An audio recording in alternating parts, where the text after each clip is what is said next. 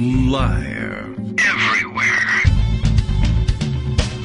On netrootsradio.com.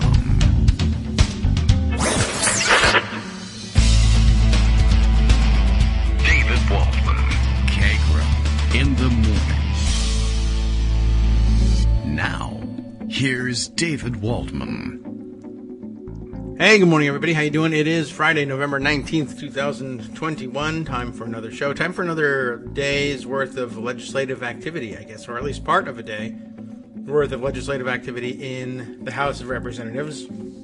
It apparently, Kevin McCarthy spent all night talking. I didn't watch. As you know, I don't watch even good speeches, so there wasn't going to be any chance that I was going to watch this one. But, of course, I did happen to notice that the speech was going on and that people were watching it. Why, I'm not sure, but mostly, generally, I think to make fun of it, and the fact that it was going on at all was fairly amazing. There is, of course, ordinarily no such thing as a filibuster in the House, but they do occasionally permit such things to happen, and we can explain why. And, I guess that was what it was meant to look like. As a matter of fact, the top story at Daily Kos on the front page right now is Mark Sumner writing on the subject. And just because we still have the intro music playing underneath doesn't mean we can't start reading from Mark Sumner. You can start reading anytime. McCarthy delivers 8 hours of sound and fury signifying nothing to tee up passage of Build Back Better. Yeah, that's the long and short of it. I read this headline first as McCarthy delivers 8 hours of sound sleep, which likely also would have been a fitting headline for it. We can dive right into that, but just before we go ahead and do that, to be formal about things, Bill's morning tweet is here, and we might as well share it and see if we can figure out what the hell else we're going to do with our 2 hours. Not 8, but 2 hours. The Kagro in the Morning radio show is live now, and Kagro X is going to play all of Kevin McCarthy's 8-hour speech in 2 hours. I can do it in fast-forward mode, I think, which means it'll be speeded way up and sound like he's sucking on helium. It'll be funny, so just wait and see. I really should do that. I had all sorts of ideas about what the Democrats could do to play around with this yesterday. And Democrats had great fun with this thing, not only making jokes and tweeting jokes, but I guess also some, as the kids do these days, making some TikTok videos of themselves reacting to the speech. A lot of people enjoyed seeing Alexandria Ocasio-Cortez and Jamie Raskin sitting together and joking about the speech. And there was nothing particularly hilarious about it except for the fact that it was real and raw. And it was just two people sitting there and having fun at Kevin McCarthy's expense with no scripting. So it was kind of a fun peek inside the House. That's, generally speaking, what AOC's videos have always been about, so in keeping with that style. Anyway, I saw it. It was fun, and helped make me aware anyway of what was going on, because there was no chance I was going to be watching that. I thought Democrats could have had some fun with the fact that he was going to go on no matter what. I guess initially in the first hour or so, people were heckling him or shouting challenges and corrections to the dumb stuff he was saying. And after a while, they realized that he's up there unscripted and just ranting and raving, and there's really not much to do and not much value in doing any of it anyway. But I did think that perhaps after it got to be almost 3 hours and it was becoming quite a farce, you might have, I don't know. I mean, the stores were closed. You can do anything with Amazon these days, I guess. But I was thinking, like, I'd be sitting behind him with one of those big rainbow wigs on with, like, signs. I couldn't think of a good, clever sign. You know how when you were at a football game and you know it's being broadcast by CBS and you make a sign and the first line of each sign, or the first letter of each line on the sign can be read as, read CBS down the side vertically. And it increases your chances of getting on camera because I guess the cameramen are instructed to look for anything that promotes the network. I don't really know what the rule is on that thing, but it seems to work all the time. Between that and the Bible verses and the famous John 3:16 verse that usually gets you on TV and is usually associated with the rainbow wigs. I thought you might get on there with a rainbow wig that said, Kevin, 316 is way too long to be going on with your speech. Wrap it up already, something like that. Or some way to spell C-SPAN down the side of the sign. That, I think, was what we were really looking for in order to get on the network. But, I'd be passing out kazoos to people and humming tunes behind them. I was thinking, if you guys all know Inagata DeVito, we should just start playing that behind them. They'd be mad. They'd try to throw you off the floor. It would work, too. You'd get thrown off the floor pretty good. But it would be fun anyway. And then another good suggestion that somebody made was, if you could do it without laughing, would be to play on the kazoos the Star Wars theme, the opening credits theme. And then I found online there's Star Wars opening scroll generators. And the thing is, I couldn't find the text of McCarthy's speech printed anywhere yet. That wouldn't be available at the time. But there were little clips, and I didn't really feel like thumbing through them all and then trying to transcribe them. But that would really be something, in the Star Wars style, a long, long time ago in a galaxy far, far away. And then the Star Wars logo and the music comes up and Episode 4 starts, and it's like, when I became a Republican in 6th grade, and Jimmy Carter went on television in a sweater and told everybody they could turn down the heat, and whatever his whole rant was about becoming a Republican because he was angry that a Democratic president would tell him that as an American he had to accept less bills for your home heating and things like that. All the terrible things that would go along with turning the heat down because he's such a tough guy or whatever. I don't know. Anyway, that's what he said. Turned him into a Republican, and I thought the proper treatment for that, of course, is the Star Wars scroll. So if anyone wants to get to that before the show is out, that would be a wonderful share. I didn't have the patience to go ahead with that one. But at any rate, I did tell you that Mark Sumner had summarized what went on last night. Again, under the headline of McCarthy delivers 8 hours of sound and fury signifying nothing to tee up passage of Build Back Better. Last night, Americans were treated to the longest lunar eclipse in 500 years. There was that, too. Did you get up and watch that? I actually did. I got up at 4 in the morning and peeked out the window. And we were very lucky. You could see it from the window, from the bedroom window. So we really didn't even have to leave. It was nice and toasty and warm, and we got to watch the eclipse. It was great. And I didn't realize, though, that McCarthy was still speaking at the time that I did that, which is crazy and also useless, as Mark illustrates. So there was the longest lunar eclipse in 500 years. Watching it required a good deal of patience as the orb floated slowly across the sky, apparently unchanging from moment to moment. However, eventually there was real progress and beauty as the full moon trimmed down to a tiny fingernail sliver. Its shaded face barely visible in reflected earth light, then brightened against the pitch black of the sky before being dimmed by the rising sun. I didn't watch for that long, geez. And at every stage it was more lively, more interesting, and infinitely more attractive than the 8-hour-plus speech that the GOP leader Kevin McCarthy delivered on the House floor overnight in order to delay the final House vote on the Build Back Better legislation. Goaded by former White House Chief of Staff Mark Meadows' suggestion earlier in the day that Donald Trump should be named Speaker if Republicans win the House in 2022. Not a new idea. We've discussed it in the past. This because McCarthy fails to provide the party with any leadership. The House Minority Leader attempted to free his inner Trump. The result was a speech where rambling doesn't begin to cover the incoherent and disconnected claims, connected by occasional arm waving and table pounding, apparently designed to show that McCarthy is just as angry, vindictive, and nonsensical as Trump. As Representative Jamie Raskin reported midway through this event, McCarthy managed to speak for over 4 hours without producing a single memorable phrase, original insight, or even a joke. Yeah, that was the real problem in putting together the idea of this Star Wars scroll. There wasn't any text that was obvious, that would make it obvious of what I was doing right from the beginning. No memorable line or anything. And the best I had was him complaining about having seen Jimmy Carter on television wearing a sweater when he was in 6th grade. I think that's recognizable. I think that's where we would start with this thing. Might even be considered episode 4 of the story.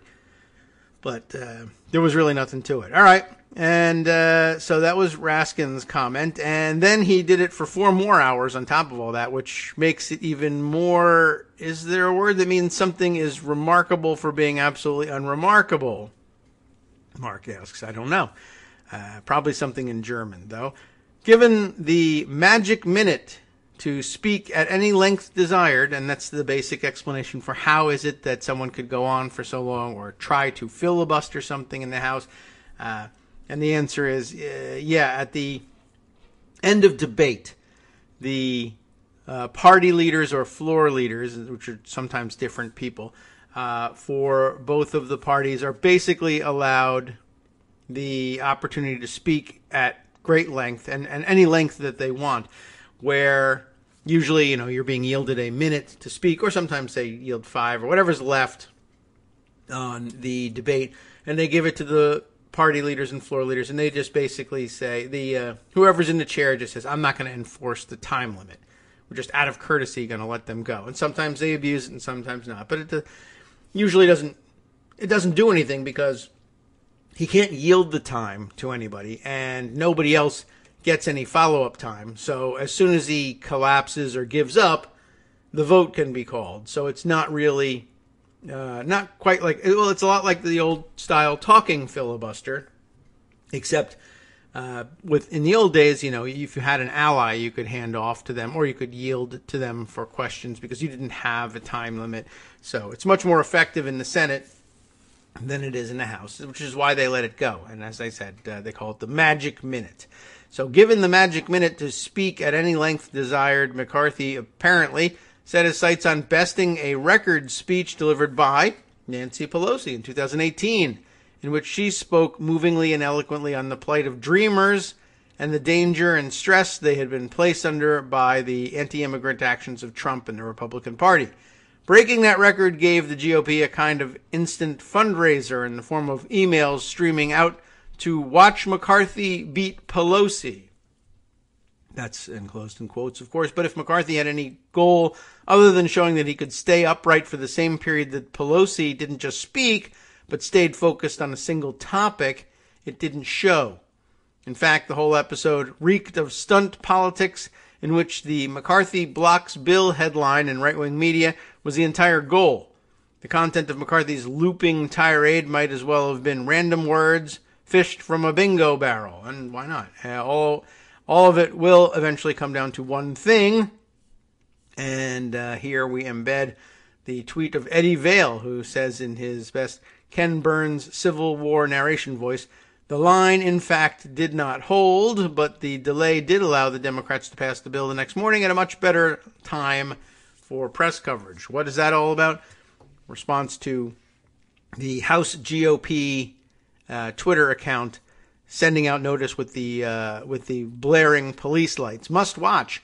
House Democrats cannot vote on their far-left socialist spending spree until GOP leader stops speaking. Hold the line.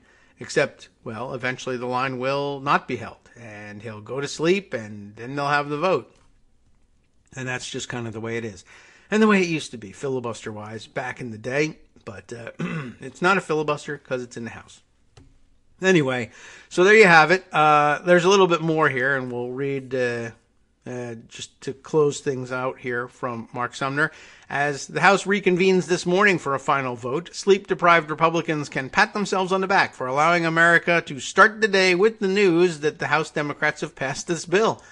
The voting is beginning now. It was scheduled for 8 a.m., I think, this morning. McCarthy does not get another chance to speak, and we probably should have the results by now. This is time-stamped 8:20 a.m., and I don't know. I guess we can pop in over at C-SPAN and see what happens. But, it was scheduled for an 8 a.m. gavel this morning, and there wouldn't be much other morning business, and they'd probably want to take care of it right away. So it could be that the roll call is underway.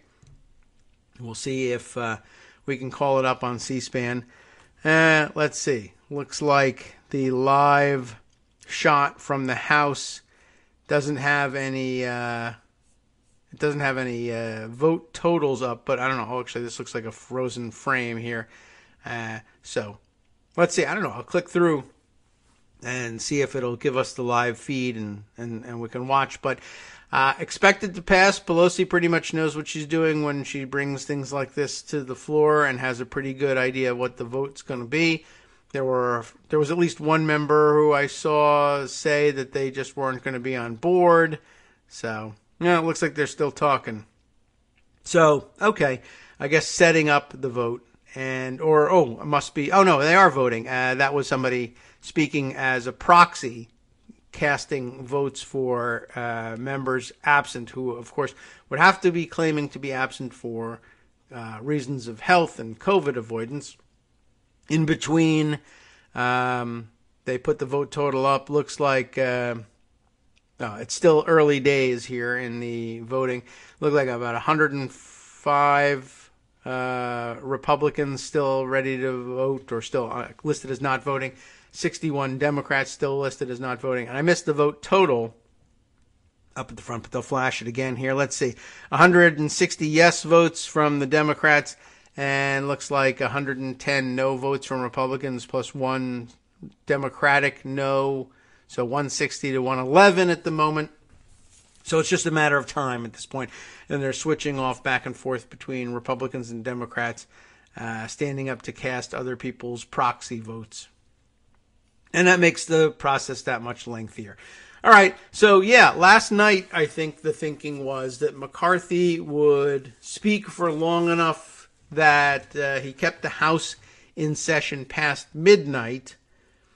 The goal being, I think, so that the 11 o'clock news shows wouldn't be able to announce the passage of the bill. And that if he pushed it past midnight and into, so that they were voting on this thing at 2 a.m., they could generate headlines with sound bites saying the Democrats, embarrassed by their, socialist spending spree, passed their $1 trillion plus bill, or whatever we're at now, $1.75 trillion bill in the dead of night, that sort of thing. We've seen it before. So it's a familiar thing to do. But instead, probably right around midnight, Steny Hoyer, the majority leader, just simply announced, McCarthy is welcome to speak as long as he wants, and he can keep going and yada yada. But when he does finish, we're just going to adjourn and come back tomorrow at 8 a.m. and pass the thing during the morning news shows instead. I don't know whether that's a better or worse outcome necessarily than passing it for the late news last night. But I guess the real upshot here is it doesn't matter a great deal. So they'll just pass it now instead of last night, and everyone goes home after that. So you pick it. You decide whether you think that there was anything worth doing in that, and my guess is you'll probably not see a great deal of value in it. All right. So that's where we stand with the passage of Build Back Better. Of course, there's the matter of getting it through the Senate, which is another question entirely. But I don't know, in some ways I wonder whether a McCarthy faux filibuster helps highlight the absurdity of the actual filibuster in the Senate.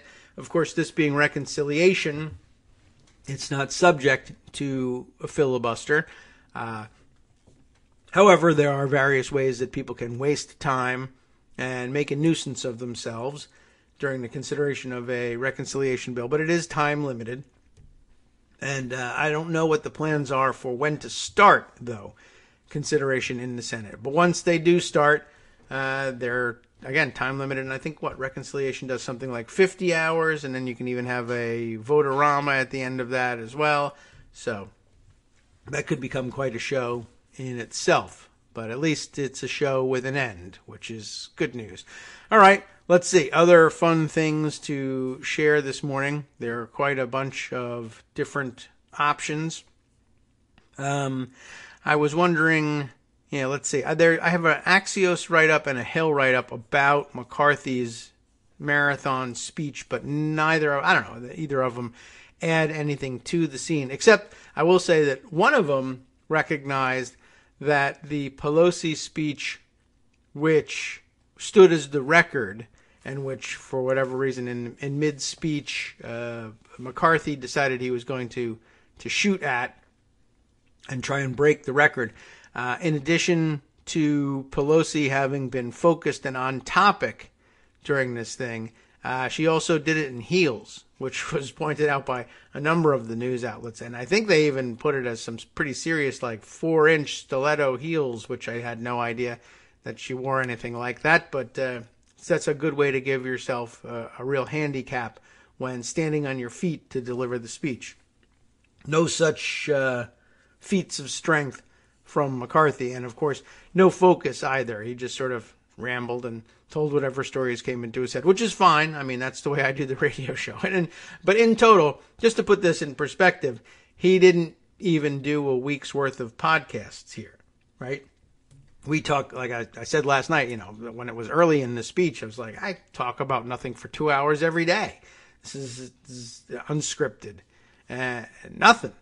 And he eventually went on for 8 hours, which is a tall order, no doubt. But we do 10 hours of nothing, more or less, here on the show every week. So, I don't know. I sympathize with him, but whatever. Okay, let's see. Definitely a couple of things I want to catch up on here. And, all right, well, running up against the break, but let's start on this. The New York Times has a piece widely read and shared this morning. Wisconsin Republicans push to take over states' elections. And this, I think, we all knew that they were doing this and that Republicans were trying to do this everywhere. But this is one of, I think, it's being passed around as if it's one of the more stark depictions of exactly what's going on. And I think you as listeners all understand what's going on so far.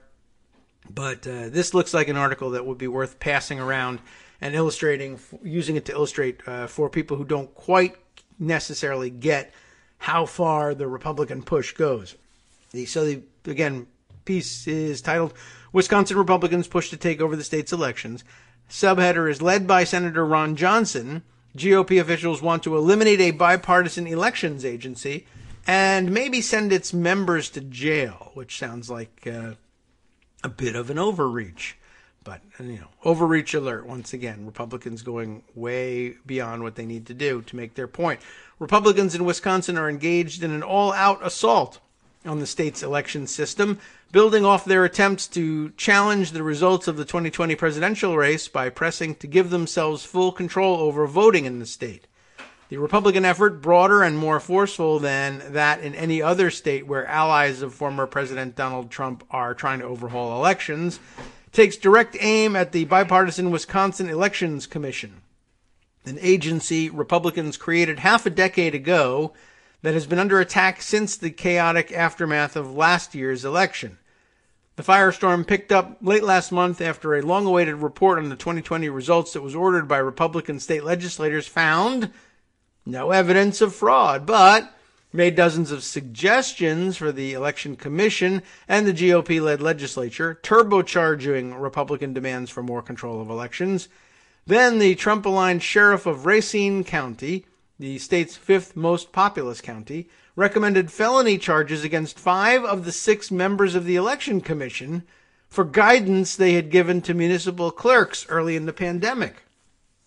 The Republican majority leader of the state Senate later seemed to give a green light to that proposal, saying that, quote, prosecutors around the state, unquote, should determine whether to bring charges.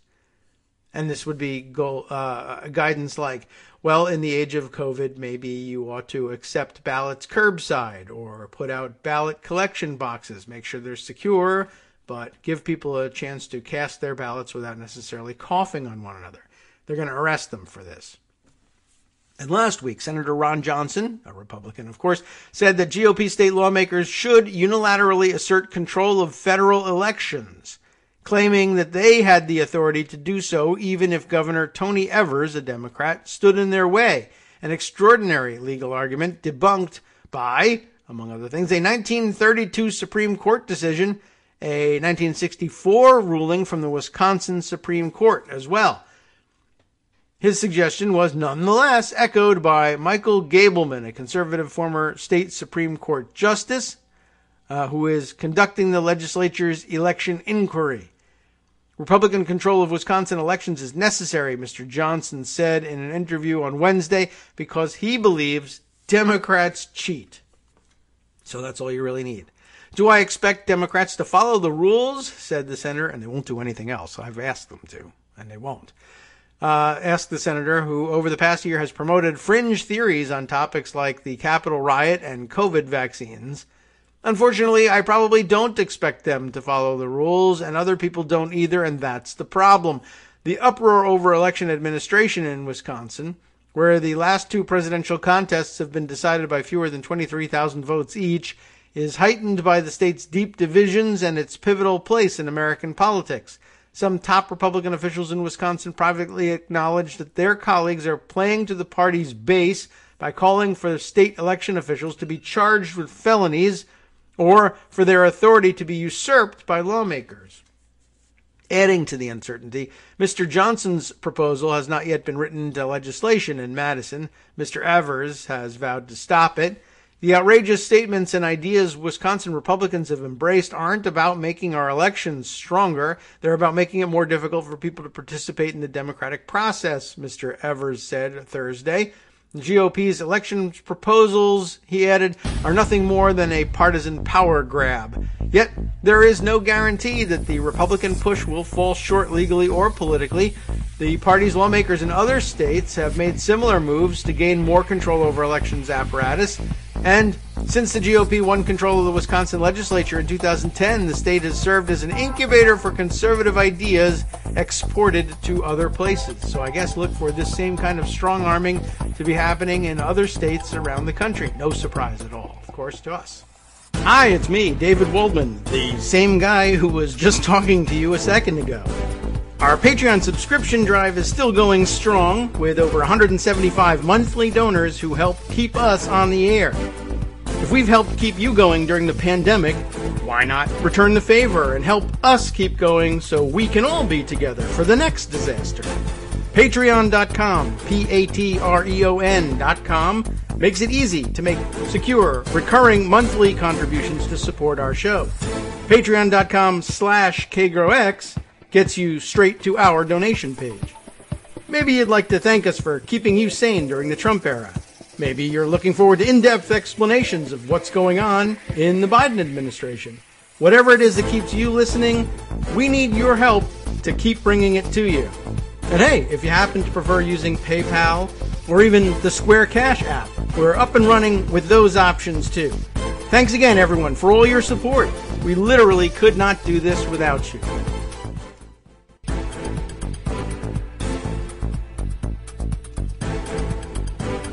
Alright, welcome on back here to the Kagro in the Morning Show here on Netroots Radio. I am trying to catch up on other stuff happening at the same time. Let's continue, though, for the moment, with the Wisconsin story, just for continuity's sake. We left off by noting that the Republican legislature, which Republicans gained control of in 2010 and have not let go since, has served as an incubator for conservative ideas exported to other places, so to look for this to happen elsewhere. In Wisconsin, we're heading towards a showdown over the meaning of the clause that says state legislatures should set the time, manner, and place of elections, said Kevin J. Kennedy, who spent 34 years as Wisconsin's chief elections officer before Republicans eliminated his agency and replaced it with the Elections Commission in 2016. If not in Wisconsin, in some other state, they're going to push this and try to get a U.S. Supreme Court ruling on this. This again is this is the nail on which Republicans and the Kraken lawyers, in addition to the rest, the less crazy Republican lawyers, actually tried to hang their hats, or whatever you would hang on a nail, I guess. Or the Kraken lawyers were, of course, all over the place. And actually, they probably didn't focus. And I don't know if the Kraken lawyers really focused on this, but I guess the more serious Republican lawyers, but they still lost miserably in federal court. Remember, these were the guys saying that because the Constitution affords the state legislatures the job of determining the manner, time, manner, and place of elections, anything that changes how an election is conducted must be approved by the legislature explicitly, which is not how we've ever done anything, and not how I read the clause. But how I read it doesn't matter. If you can get 5 Supreme Court justices to say yes, that means that if you change the rule with respect to who can help sign an absentee ballot, or if you collect absentee ballots in a drop box where you've never had drop boxes before, and that's done without the state legislature saying, yes, there can be drop boxes, then that renders your election null and void. That's not the way anything's been interpreted.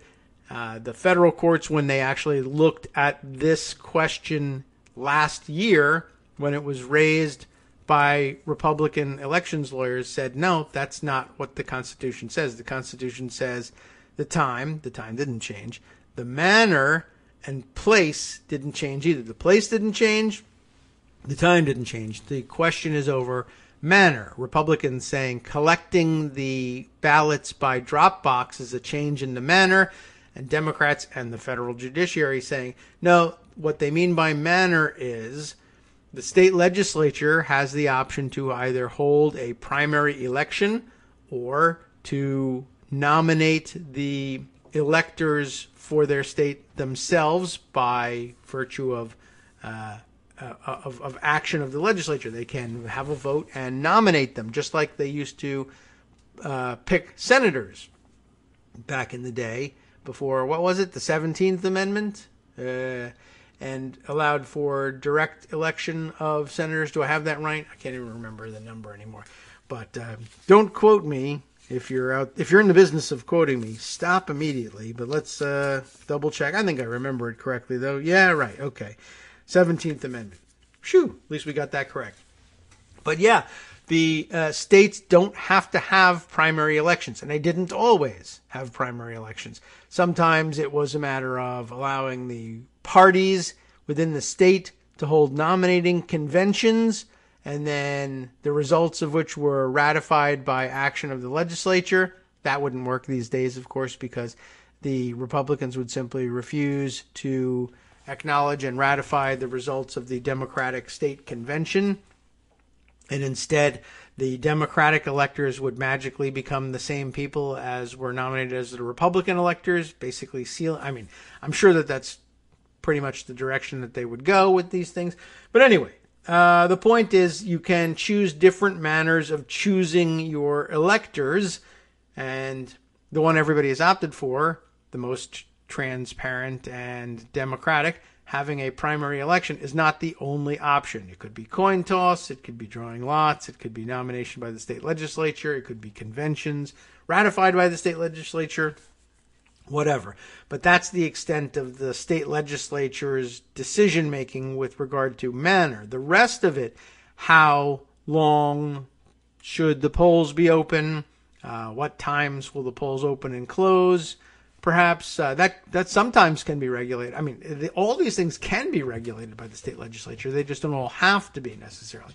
Perhaps the time and the duration of the voting is something that you would be safest leaving in the hands of the legislature. But then other rules that depend on things like that, derivative rules, like the rule that says if you are in line by the time the polls are mandated to close, we will allow you to remain in line and cast your vote no matter how long it takes to get everybody through.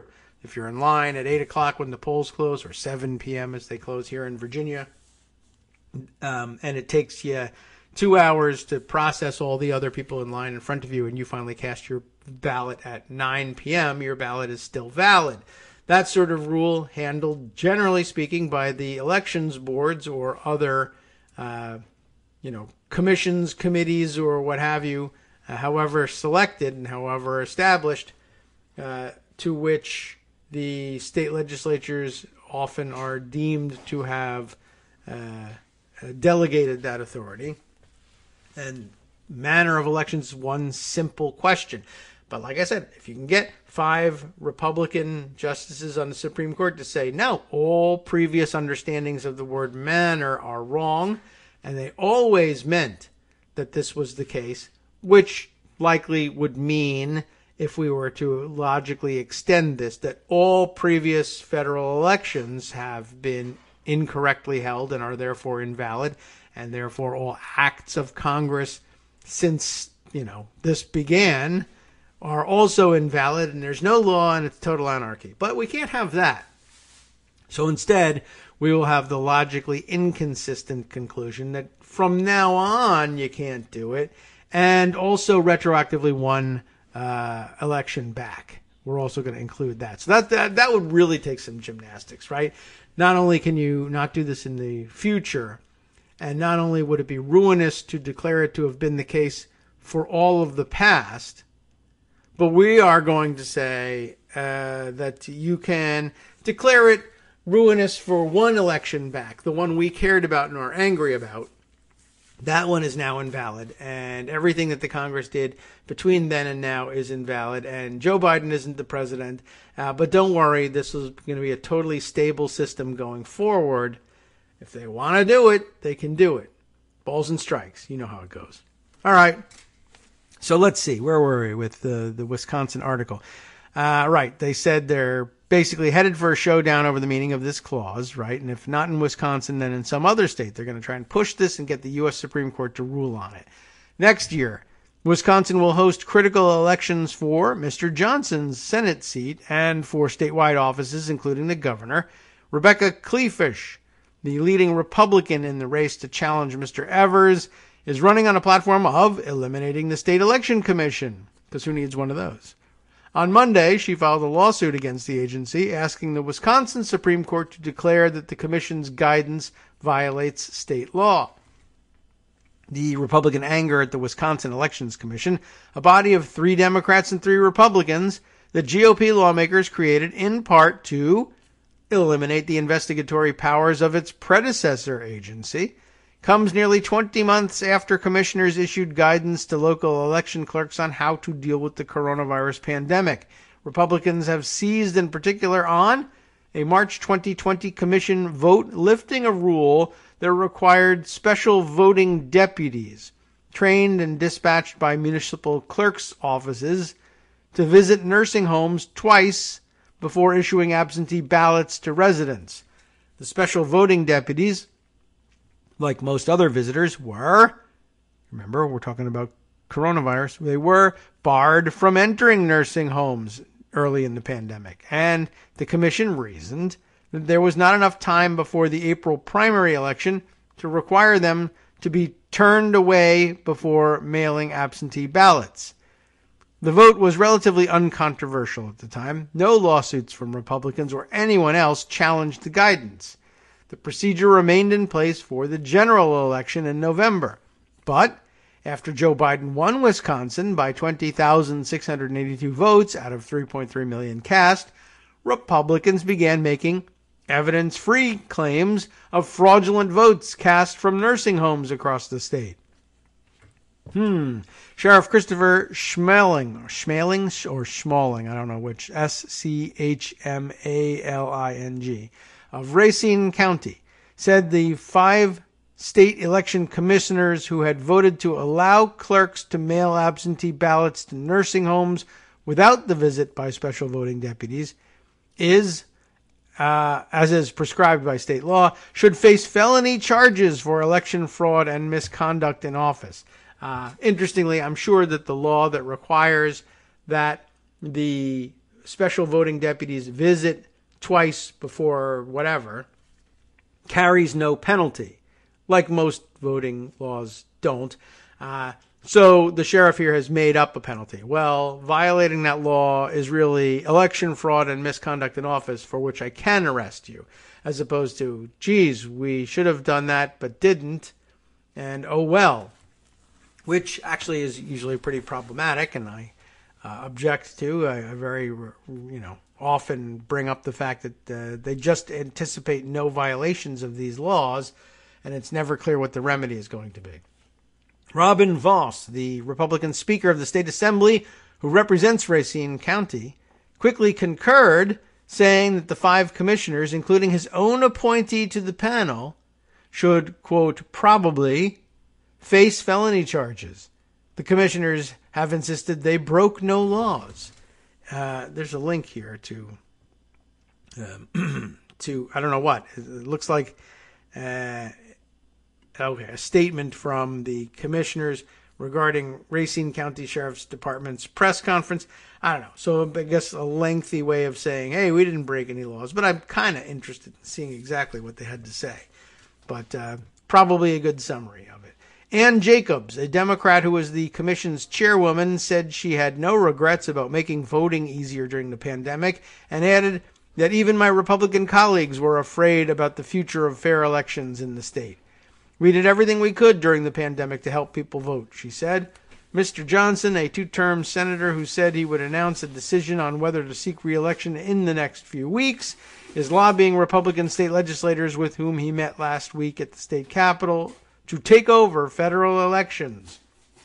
The state legislature has to reassert its constitutional role, assert its constitutional responsibility to set the times, they've done it, place, they've done it, and manner, they've done it, of election, not continue to outsource it through the Wisconsin Election Commission, Mr. Johnson said. The Constitution never mentions a governor. Well, there you go. There can't be any governors of any states. All governors are now unconstitutional because Mr. Johnson reads the Constitution that way. It doesn't say anything about having state governors. So show me in the Constitution where you can have a governor. All right. I'm sure that's pretty sound logic. Mr. Johnson acknowledged that his proposal could leave the state with dueling sets of election regulations, one from the Wisconsin Election Commission and another from the legislature. I suppose some counties will handle it one way and other counties will handle it another, he said, which is, of course, itself unconstitutional, but that would never occur to him. Even if Republican lawmakers adopted Johnson's proposal, it would only apply to federal elections, not those for state office. Mr. Voss told reporters in Madison he had not studied whether Wisconsin legislators could take control of federal elections without the governor's input. Devin LeMahieu, I guess, or Mayhew, I don't know how he pronounces it, but that's what we'll go with. A Republican who is the state Senate majority leader, in case you have no idea who I'm talking about because I mangled the name so badly, has expressed doubts about Mr. Johnson's legal theory. Yes, I have some too. The state's grassroots conservatives remain angry about Mr. Biden's victory. Too bad, he got outvoted. And the failure of Republicans to undertake an Arizona-style review of ballots cast in Wisconsin last year. At least 10 Republican state lawmakers have called for the resignation of Megan Wolf, the commission's nonpartisan administrator, or of the election commissioners, according to the Milwaukee Journal-Sentinel. If Ms. Wolf were to resign, her replacement would require a majority vote on the evenly split commission. If it could not reach an agreement in 45 days, the state Senate, controlled by Republicans, would choose, because obviously you want it to be a nonpartisan choice, so why not hand it to a partisan body? Easy answer, right? The current director of WEC needs to step down, State Senator Dewey Strobel, a Republican who sits on his chamber's elections committee, said in an interview. Maybe if we give it another try with the WEC, but this administrator has proved to be incompetent and not always willing to follow the law. Ms. Wolf said on Thursday that Republicans' goal was to pressure nonpartisan election administrators like me into resigning or vacating the election space so we can be replaced by political actors who can be convinced to carry out a partisan mission. At the same time, some Wisconsin Republicans continue to challenge the 2020 outcome. On Wednesday, Timothy S. Ramthun, a Republican member of the state assembly, formally proposed decertifying Wisconsin's election results, claiming the state's 10 fraudulent electoral ballots cast for Mr. Biden and conducting a full forensic, physical, and cyber audit of the election. Cyber being added to the mix now. Wow. Anticipating Mr. Rathman's proposal, or Ramthun's proposal, the legislature's lawyers issued a report on November 1st stating that there was, quote, no mechanism under the law to reverse a certified election. No remedy, right? I invite you to see it from the eyes of the people, Mr. Ramthun wrote to fellow legislators, urging them to correct the most egregious injustice we have seen in our time. The next day, Mr. Trump quickly congratulated Mr. Ramthun. Wisconsin Democrats, exasperated and locked out of power in the legislature, have been left to issue increasingly dire warnings. If this was some kind of Hollywood farce or a madcap political comedy, you would say, that's not credible even for a fake show, said Kelda Roys, a Democratic state senator. There's real consequences to this. It's designed to take away the guardrails to our democracy that keep us fair and free. And it is. That's the end goal. And they're just looking for ways and weak points in the system where Republicans can simply declare the outcome to be what they wanted it to be. Not only what they want it to be going forward, but what they wanted it to be in 2020, and simply say all things that happened, all the things we don't like about Joe Biden and Democrats being in the majority in Congress are null and void going back 2 years because we found the votes we found enough crazy people to vote to say that was the case. And we have 5 justices on the Supreme Court who aren't willing to say that it is, in fact, crazy for them to have done that. And that'll be the end of it. If you just find enough Republicans to make the decisions for you, I suppose reality has nothing to do with anything. So in case you weren't entirely clear on just how crazy and outlandish and dangerous this movement is, well, now you know. And you can share this piece with others, which I think will make it pretty clear. I'm kind of curious what the specifics in the Wisconsin Election Commissioner's statement was. Let's see. So in regard to Racine County Sheriff Department's press conference, this was back on October 28th, so not that long ago. Statement from the WEC commissioners regarding Racine County Sheriff's Department's press conference. The undersigned commissioners who serve on the bipartisan Wisconsin Elections Commission stated their opposition to and strenuous disagreement with the allegations made Thursday in a press conference orchestrated by the Racine County Sheriff's Department. To put it simply, we did not break the law, said Commission Chair Ann Jacobs, an attorney from Milwaukee. In fact, without action from the Commission, many residents in Wisconsin care facilities could have and would have been disenfranchised and not be able to vote in the 2020 elections. In the case of nursing homes and other care facilities, statutes state that special voting deputies, SVDs, that's an unfortunate acronym for you, or not acronym, but abbreviation, I guess, a little too close to STDs for my taste, which they don't call that anymore anyway, apparently. There's a new term for it, but okay. Statutes state that special voting deputies, or SVDs, and election observers are to be sent to some facilities to allow for in-person voting for residents. Not every care facility utilizes the SVD process. For those that do, during the COVID-19 pandemic, only essential workers were allowed into nursing homes as part of the required quarantine for residents. Statutes call for 2 attempted visits by SVDs to a facility after a 5-day notice period. If the SVDs are not allowed access, then absentee ballots are sent to those residents. So, I mean, it's not like everybody gets disenfranchised just because the SVDs couldn't get in there. That's when you send absentees instead. That's not bad. I mean, what they did here, I think, was right, but I think Republicans are still looking to invalidate everything that happened in these long-term care facilities because they didn't comply with access for SVDs.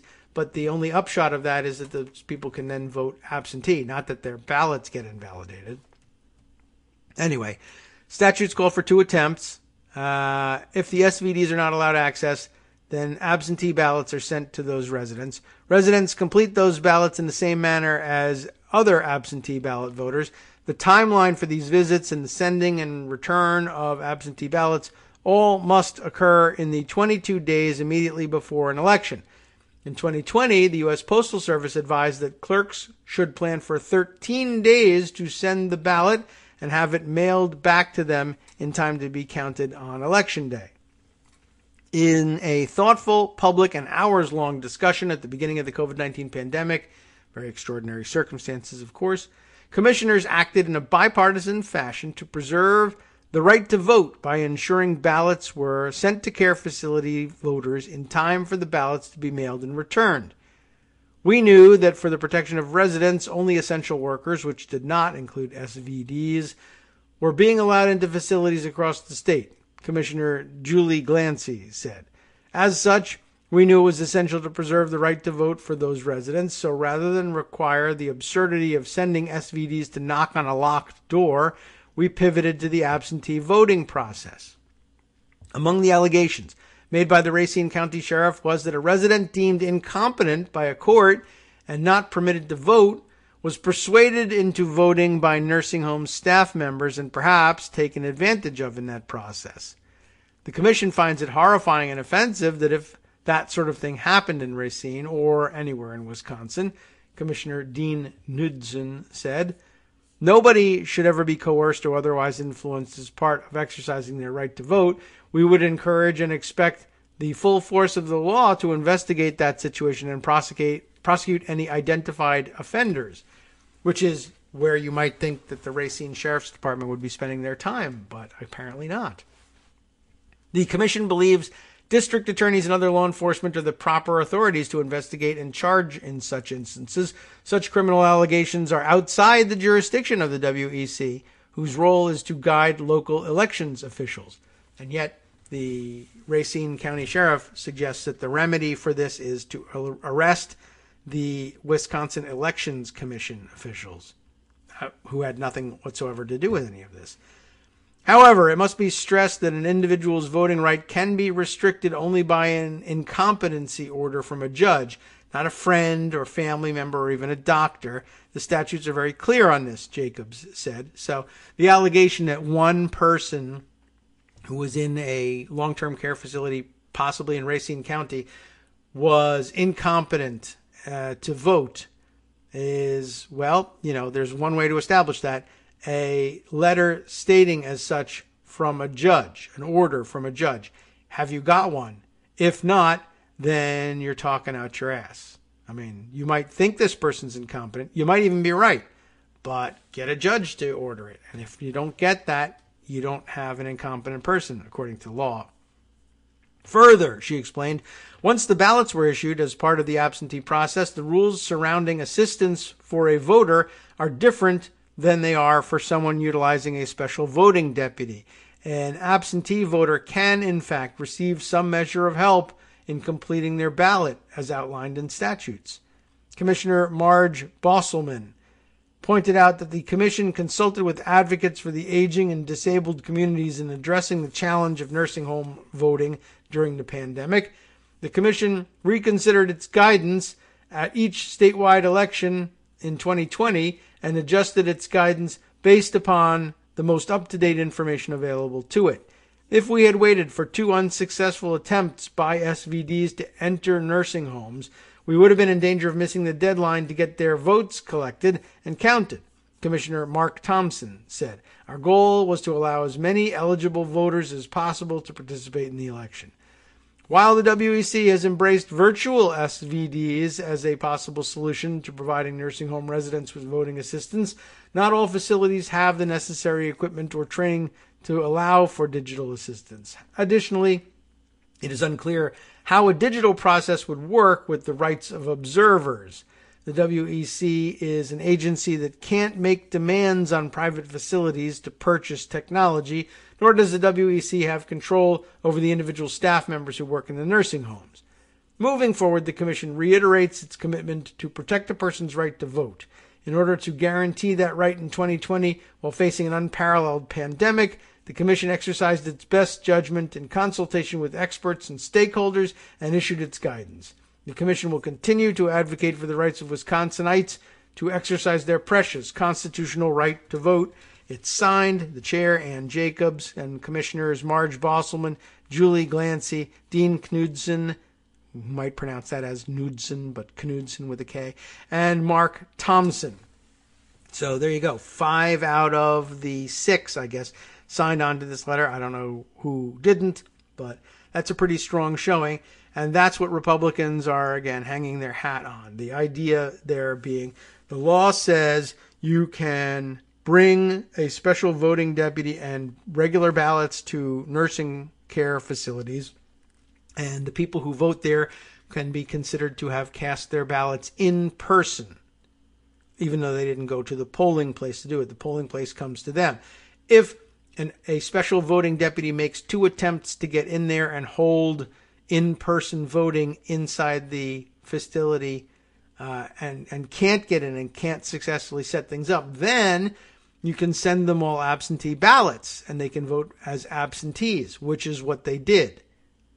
The Racine County Sheriff says you were supposed to go there, knock on the locked door, and be told nobody gets in because COVID, and you were supposed to do it twice, and only if you do that are the absentee ballots valid. Whereas, ordinarily, a person in a long-term care facility could instead simply send in an absentee ballot request of their own volition, and they all could have sent those in and saying, instead of you coming here with the special voting deputy and holding in-person voting here, we want to protect ourselves, just send us the absentee ballots.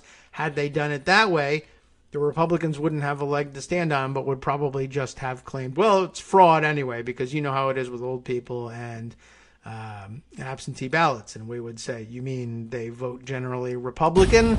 And they would have said, no, this time they cheated a whole lot for Joe Biden, even though that's never been the case. All right, so that's kind of where it stands. An even clearer illustration of not only that they'll say anything to overturn this election, but that it doesn't even look that good when you actually parse it down to the details and drill down and see what are they claiming when, but even before they get to court, it's garbage. When they get there, even worse.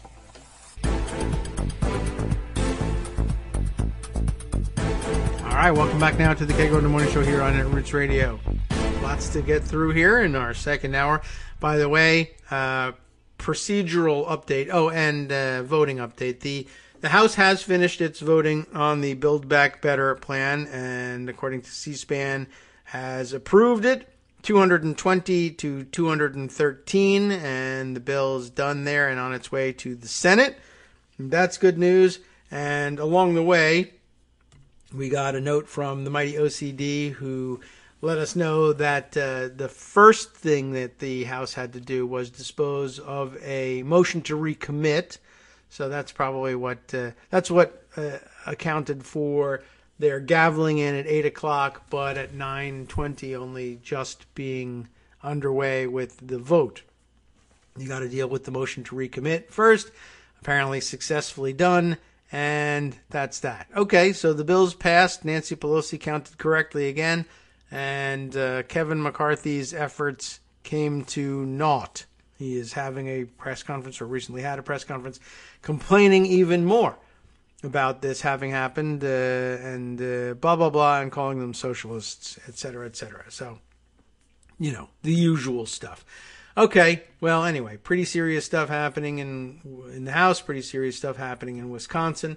Glad to have had that red flag raised. Let's see, other things to share that we ought to spend some time on, what with the weekend coming up and all. Let me look back and see if I have my source on this correct. Yes, okay. A story shared with me on Twitter, and you too, if you were following the KITM hashtag.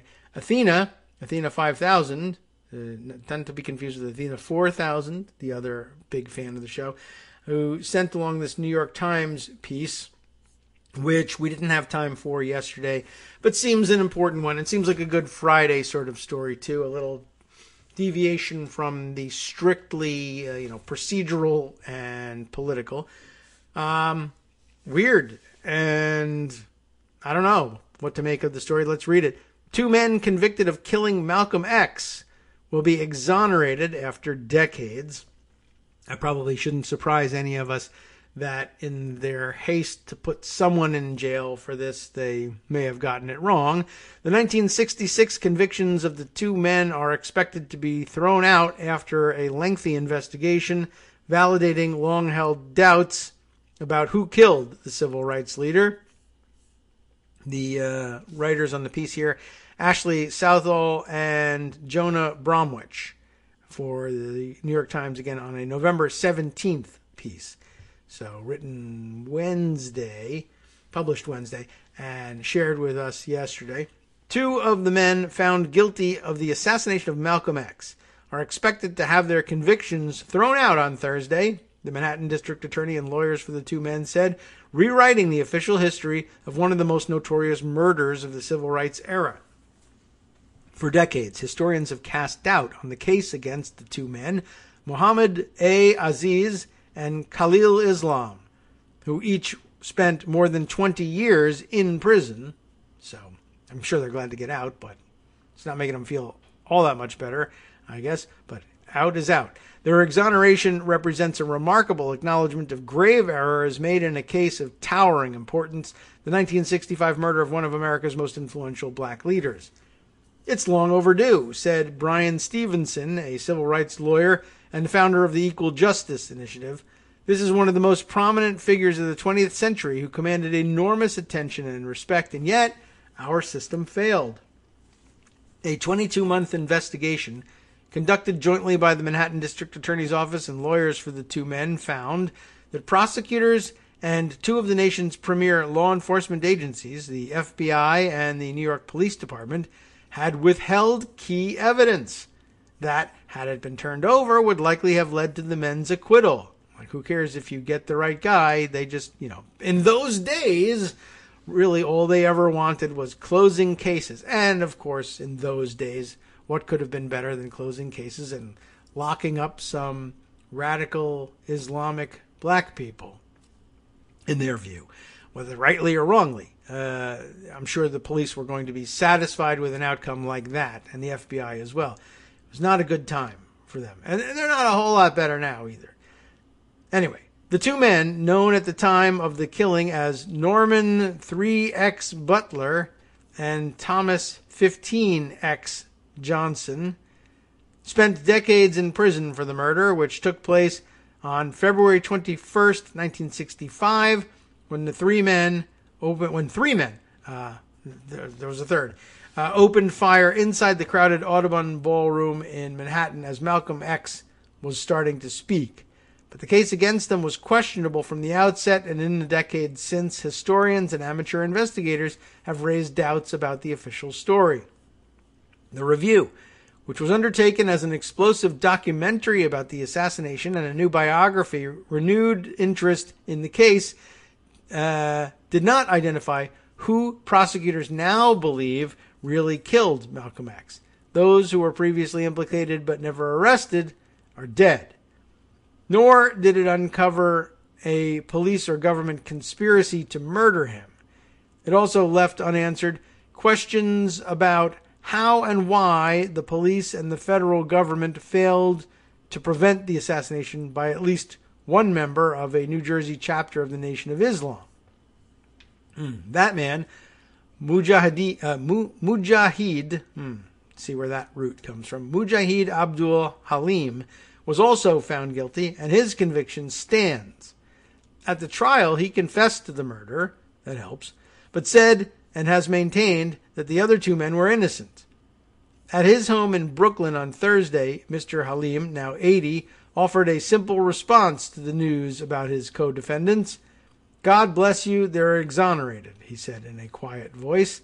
The acknowledgement by Cyrus R. Vance, Jr., the Manhattan District Attorney who is among the nation's most prominent local prosecutors, recasts one of the most painful moments in modern American history. And at a time when racism and discrimination in the criminal justice system are once again the focus of a national protest movement, it reveals the bitter truth, that two of the people convicted of killing Malcolm X, Black Muslim men hastily arrested and tried on shaky evidence were themselves victims of the very discrimination and injustice that he denounced in language that has echoed across the decades. In an interview, Mr. Vance apologized on behalf of law enforcement, which he said had failed the families of these two men. Those failures, he said, could not be remedied, but what we can do is acknowledge the error and the severity of the error. Mr. Vance's reinvestigation conducted with the Innocence Project and the office of David Shanies, I don't know how he pronounces it, Shanies, a civil rights lawyer, contended with serious obstacles. Many of these involved the murder case, including witnesses, investigators, and many of those involved in the murder case, rather. Witnesses, investigators, and trial lawyers, as well as other potential suspects, died long ago. Key documents were lost to time, and physical evidence, such as the murder weapons, were no longer available to be tested. This points to the truth that the law enforcement over history has often failed to live up to its responsibilities, Mr. Vance said. These men did not get the justice that they deserved. Still, the evidence available was significant. A trove of FBI documents included information that implicated other suspects and pointed away from Mr. Islam and Mr. Aziz. Prosecutors' notes indicate they failed to disclose the presence of undercover officers in the ballroom at the time of the shooting, and police department files revealed that a reporter for the New York Daily News received a call the morning of the shooting indicating that Malcolm X would be murdered. Investigators also interviewed a living witness, known only as J.M., who backed up Mr. Aziz's alibi, further suggesting that he had not participated in the shooting, but had been, as he said at trial, at home nursing his wounded legs. Altogether, the reinvestigation found that had the new evidence been presented to a jury, it may well have led to acquittals, and Mr. Aziz, 83, who was released in 1985, and Mr. Islam, who was released in 1987 and died in 2009 at age 74, would not have been compelled to spend decades fighting to clear their names. All right, so it wasn't that they were just released, it's just that they were just exonerated. But still, even so, I'm sure that was exciting to them. And I guess that we'll have to revise the statement. Out is out, that's true. Exonerated is exonerated. So they've been out. Well, one's been dead, so he didn't get to celebrate the news. The other one did, so I'm sure it was a joyous occasion on top of the fact that they were no longer in prison. Okay, glad to have that corrected for us. Anyway, this wasn't a mere oversight, said Deborah Francois, a lawyer for the men. This was the product of an extreme and gross official misconduct. A little bit of background on the assassination is now offered. The assassination unfolded on a bright February day at the dawn of what was to be a new phase of Malcolm X's career as a civil rights leader. He had introduced himself to the American public 6 years earlier, a Nebraska-born street hustler turned minister speaking forcefully on behalf of the Nation of Islam, the black nationalist group, about the way that white authorities abused their power and brutalized black people. Some of his ideas, espoused during his time in the Nation of Islam, he called white people devils and advocated racial separatism, were outside the mainstream even by today's standards. The news media, which was then almost wholly white, portrayed Malcolm X as a racist and a dangerous agitator and referred to the Nation of Islam as a cult. But he was also a person of intense fascination, a fiery and persuasive speaker who voiced ideas that many Americans had never heard before. And in 1965, a year after having left the Nation of Islam, he was beginning to define the mission of a new group, the Organization of Afro-American Unity, the subject of his planned speech at the Audubon Ballroom. But shortly after he began to speak, he was attacked by 3 gunmen who rushed the stage, firing at him in front of his pregnant wife and 3 of his daughters, and killing him. He was 39 years old.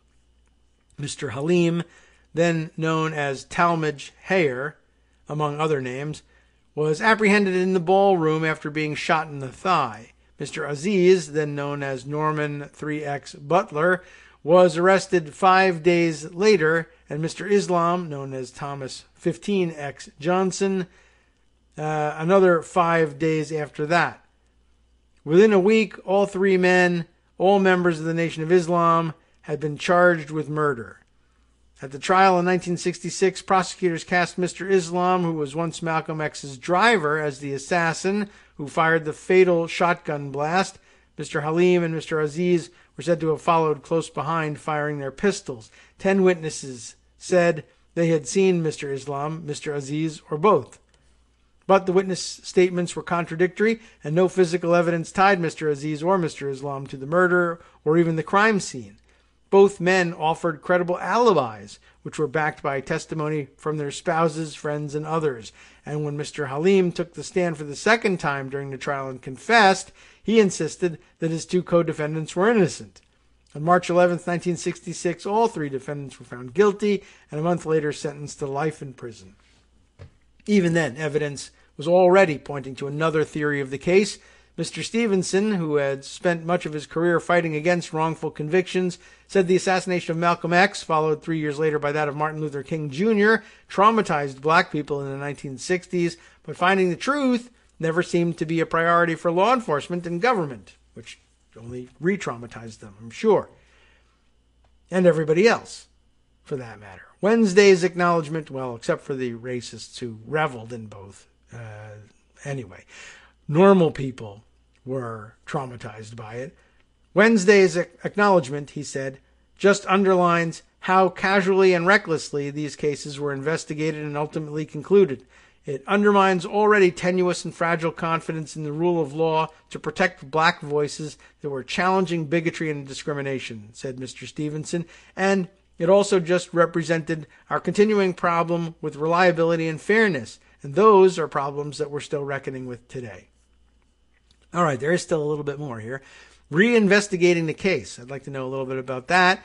Some of the evidence that appeared to exonerate Mr. Aziz and Mr. Islam emerged during their trial, but because key information was withheld by authorities, its significance only became clear later.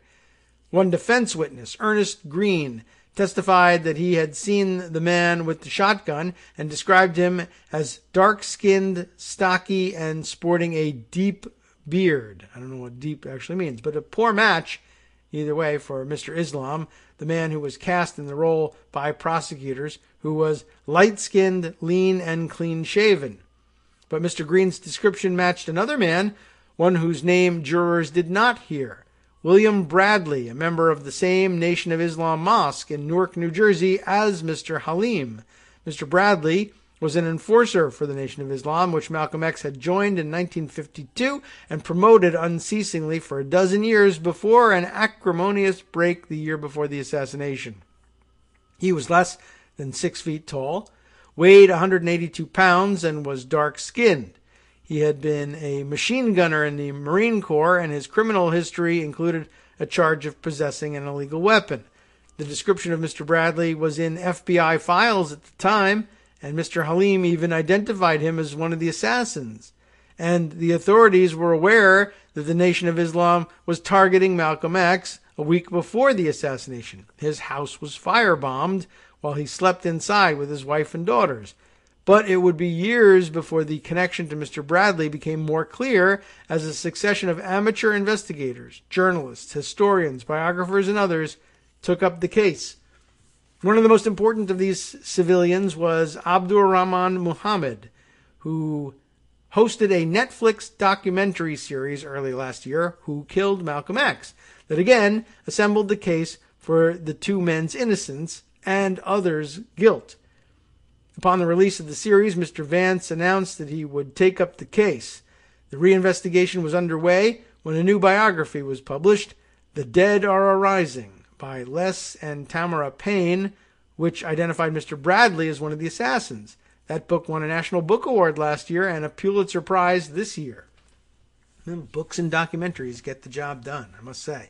I feel that I was able to get some semblance of justice for brother Malcolm X and his family, first and foremost, and second of all, justice for these two men. Mr. Muhammad said in an interview on Wednesday, "It means that my life mattered, that I contributed to the betterment of society and making our country a better and more equitable place." Phil Bertelsen, a co-executive producer of the series, said he hoped the exonerations would prompt Congress to seek answers to questions about the federal government's role in the case. It brings us closer to understanding the mishandling of the prosecution, but the question still remains why those responsible were not investigated and prosecuted, Ms. Payne said of the review. Mr. Vance's investigators, working with Mr. Islam and Mr. Aziz's lawyers, examined the evidence that had long been laid out and poured over publicly, including the FBI file on Mr. Bradley. Mr. Bradley, who changed his name to Al-Mustafa Shabazz, died in 2018, and his lawyer denied that he had participated in the murder. The Bureau's files contained a report stating that officials in New York had not been told that Mr. Bradley was a suspect, as well as an informant's second-hand account that Mr. Bradley was the shotgun assassin. The panel also interviewed a new witness and reviewed reams of records, public statements, prosecutors' files, court transcripts, and documents generated during the initial investigation, grand jury proceedings, the trial, and post-conviction appeals. One of the most significant weaknesses in the government's case, the review found, was Mr. Halim's confession and his assertion that his co-defendants were innocent. Everybody heard that, though, in court. It didn't seem to matter. Although all three defendants were members of the Nation of Islam, prosecutors failed to draw any connection between Mr. Halim, who attended the mosque in Newark and said his co-conspirators were from New Jersey, and Mr. Islam and Mr. Aziz, who attended the Nation's mosque in Harlem. Several defense witnesses said Mr. Aziz and Mr. Islam were home at the time of the murder. While most of the people the review panel sought to interview were dead, a witness who initially came forward at a screening of the documentary offered an account that seemed to confirm Mr. Aziz's alibi and had never been heard by the authorities. The witness, identified as J.M., said he was handling the phone at the Nation's Harlem Mosque on the day Malcolm X was killed when Mr. Aziz called and asked for the mosque's captain. They hung up while J.M. went to find the captain, and then J.M. called Mr. Aziz back on his home phone, and Mr. Aziz answered. So that kind of solves it, if you believe him. Anyway, last section here. I think representatives for the two exonerated men said that the moment meant a lot to Mr. Aziz and to Mr. Islam's family, but Mr. Shaniz, one of the civil rights lawyers representing them, said their convictions had a horrific, torturous, and unconscionable effect that cannot be undone. The two men spent a combined 42 years in prison, with years in solitary confinement between them. They were held in some of New York's worst maximum security prisons in the 1970s, a decade that bore witness to the Attica uprisings. Mr. Aziz had 6 children at the time he was convicted. Mr. Islam had 3. Both men saw their marriages fall apart and spent the primes of their lives behind bars. Even after their release, they were understood as Malcolm X's killers, affecting their ability to live openly in society. It affected them in every way you could possibly imagine, them and their families, Mr. Shaniz said. In the final episode of the documentary series, Mr. Muhammad, the host, asks Mr. Aziz to sign a petition asking the Manhattan District Attorney to review his conviction. Mr. Aziz obliges, but says that the 20 years he spent in prison had erased his faith that his name would ever be cleared. Well, he gets a bonus then. He didn't have to have faith in it. He could be justified, obviously, in saying he'd lost that faith, but at least he got to live to see it. So that must be gratifying at some level. That was a monstrously long story. Not the longest we've read on the air. Of course, we never did make it all the way through that Johnny McEntee thing, which we could return to, but probably not today. There's a pile of other things that we can get to. And we'll run through a couple of them here as I ponder the possibility of reading, just because I'm curious to know what she has to say for herself, a profile of Kirsten Sinema. No one tells me what to do. Sinema praises infrastructure, questions spending, and inflation in wide-ranging interview. An interview with her in which she insists, I'm not a mystery at all. I'm very open about what I am and what I do, and I tell everybody where I stand on these things, and I wonder whether we would agree. But even if we don't read it, you might want to over the weekend. So I'm making prominent mention of it, and we'll include it in the roundup. But let's see. There are definitely a couple other things that I wanted to share with you. Oh, another thing that we won't be able to read because it's hidden behind a paywall, justifiably so. But a report from Arizona. What paper is it? That is Arizona Central. Are they?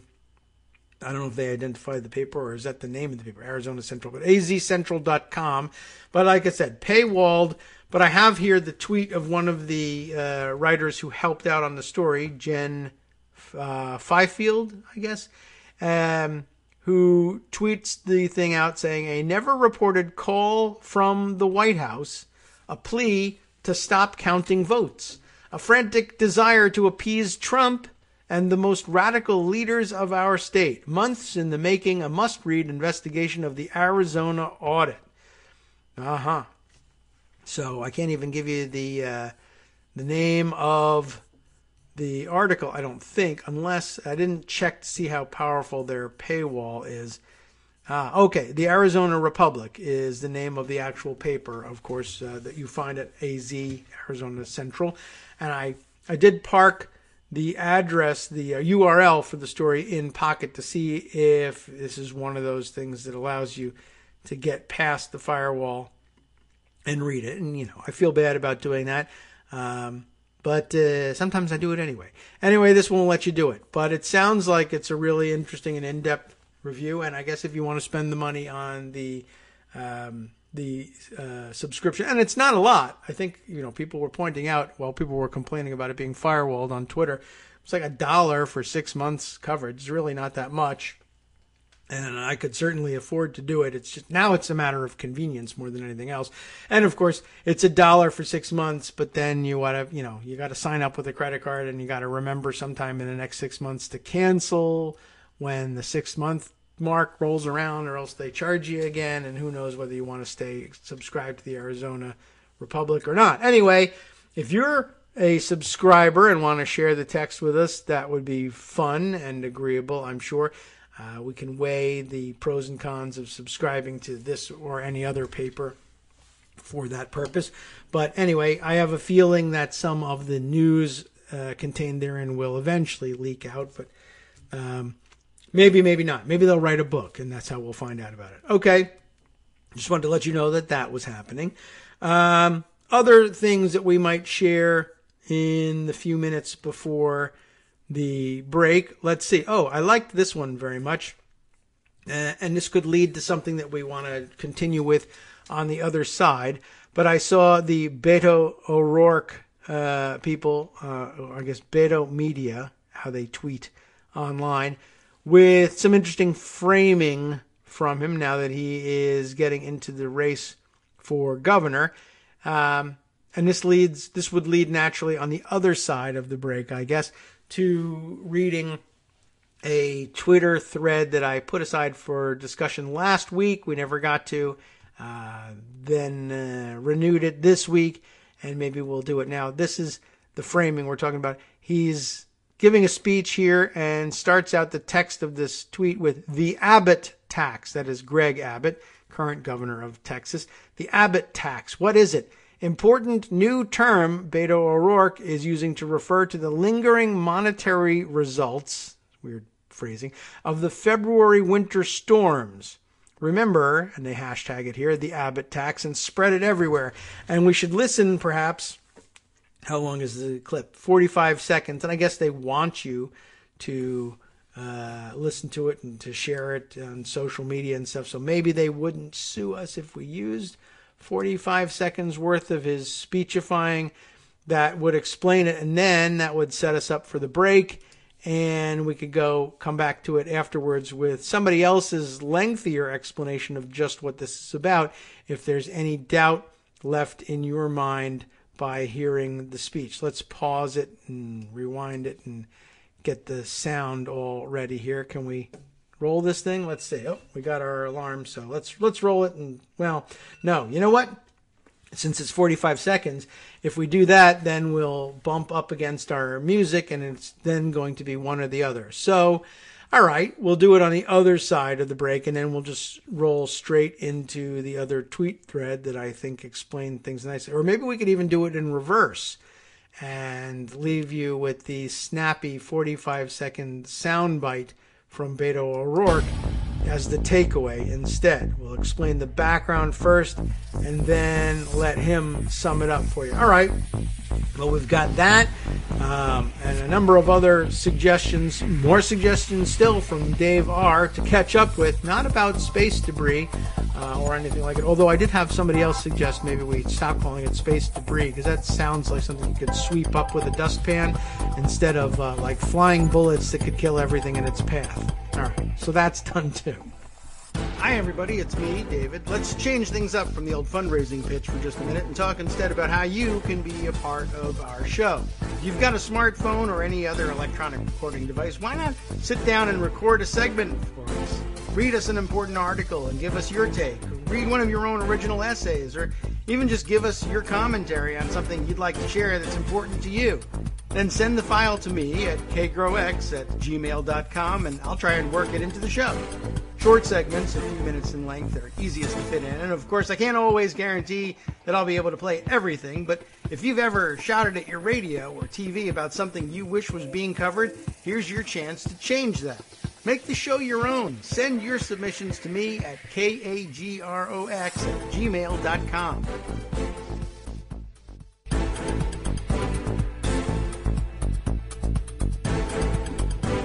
All right, welcome back now to the Kagro in the Morning Show. It's here. It's Netroots Radio. That's where we go. All right, let's see. So how did we do this? Decided I wanted to set up the Beto O'Rourke thing with this other thread that explains things very thoroughly and might make it easier for us to carry away the meaning of what he has to say in 45 seconds afterwards. I don't know. It's an arbitrary decision, but I have here a thread that, let's see, I believe made its way into my Twitter feed thanks to Greg Green, who retweeted it saying this is, 100% correct pretty much.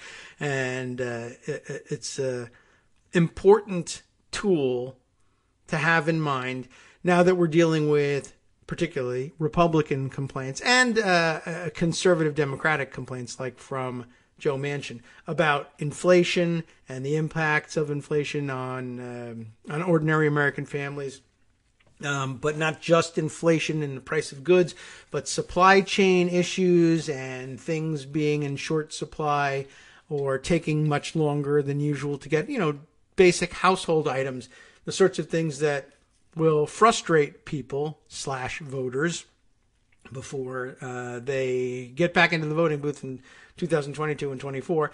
But anyway, let's just jump right into it.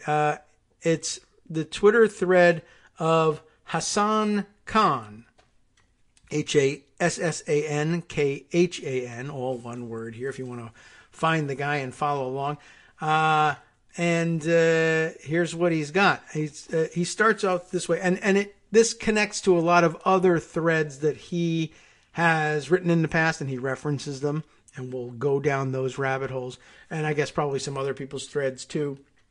But I've pored over this thing a while ago, and it really looked like this was something that it was worth doing. I like, going down the various rabbit holes. Anyway, here's how he begins. I want to see, he says, a full accounting of how many chips we lost, that is semiconductor chips, we lost from the Texas freeze. You remember last year's Texas freeze and power outage, right? Texas is home to a bunch of semiconductor, fabrication factories, semi-fabs, as he puts it here, and many of them supply automakers. Well, he's referring here to a map from Axios from September.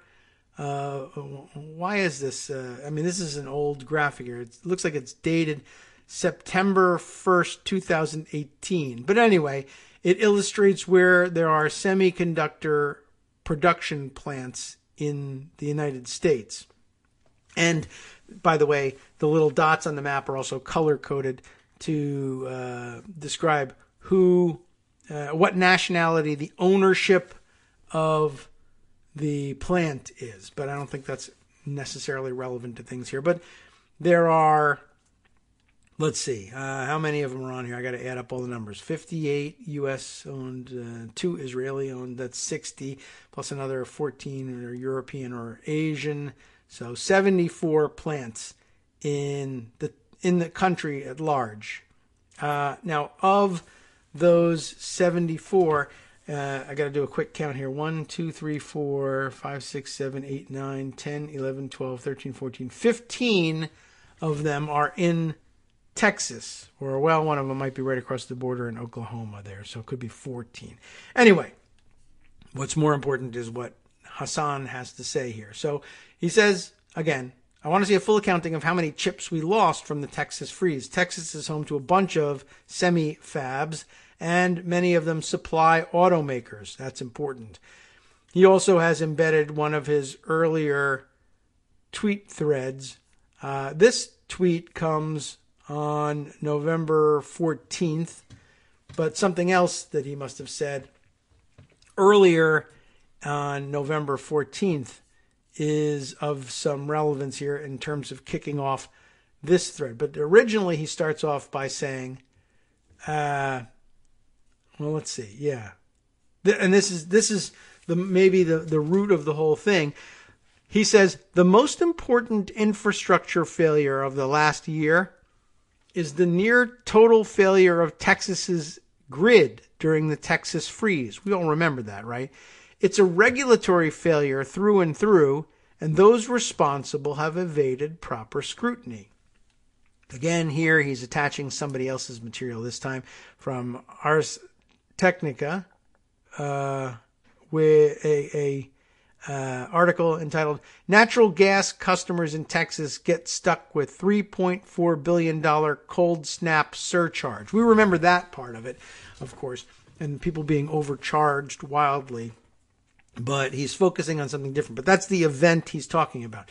The most important infrastructure failure of the last year is the near total failure of Texas's grid during the Texas freeze. Regulatory failure through and through. Those responsible evaded proper scrutiny. He goes on in this subthread to note 210 Texans died during this cold snap. Texans will be paying higher natural gas bills for the next 30 years. Apparently, he says here, so will Minnesotans. I'm not certain why he throws them in there, but he does. The grid's near total failure led to the shutdown of semiconductor facilities for over a month in some cases. Getting back to the semiconductor chip issue. I don't know why he threw in the Minnesotans, and that could be because either Minnesota, perhaps they pipe natural gas all the way from there, or Minnesotans just happen to have this problem too, or he may be Minnesotan, and so he's particularly angry about it. I don't know which, but anyway, not quite the most relevant thing. He goes on, though, to say it's clear that Governor Abbott's priorities are terrorizing women in his state, with the crazy abortion law and the vigilante provisions in it. But maybe when he's done with that, he can focus on keeping the lights on. I doubt it, and probably right. Just never going to become a focus of his. Now we'll jump back to the thread he was putting together about the semiconductor chips in particular. And then he says, oh, right, before I forget, the Texas freeze also contributed to a global plastics shortage. That's important, too. Can't think of a policy failure more responsible for today's shortages than Texas's failed utility regulation. That's right. Knocked out not only semiconductor chip factories that slowed down automobile production around the country, but knocked out plastics. And he'll tell you why that's important as we go on. But first, there's another thread embedded in this from November 10th, in which he points out, he's been looking at this for quite some time, that plastics, well, of course, there's a global plastic resins shortage. In addition to massive demand, the industry has been hit by supply disruptions.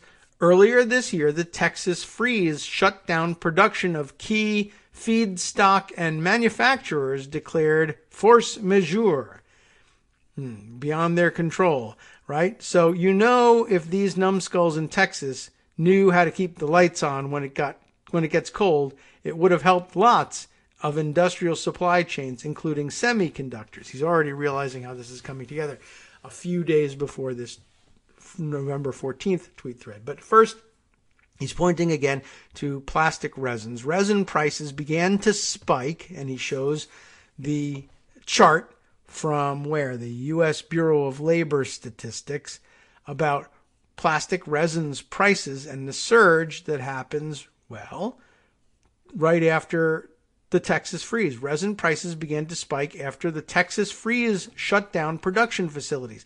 Texas is responsible for 85% of U.S. polyethylene production. Probably not a great idea to park 85% of anything production in one place. But plastics, it's all plastics these days, right? That's going to create a huge problem. And here's the spike right on time, beginning in February. Actually, resin prices beginning to drop January into February. Then the freeze, and then through the roof. Wow. So let's see.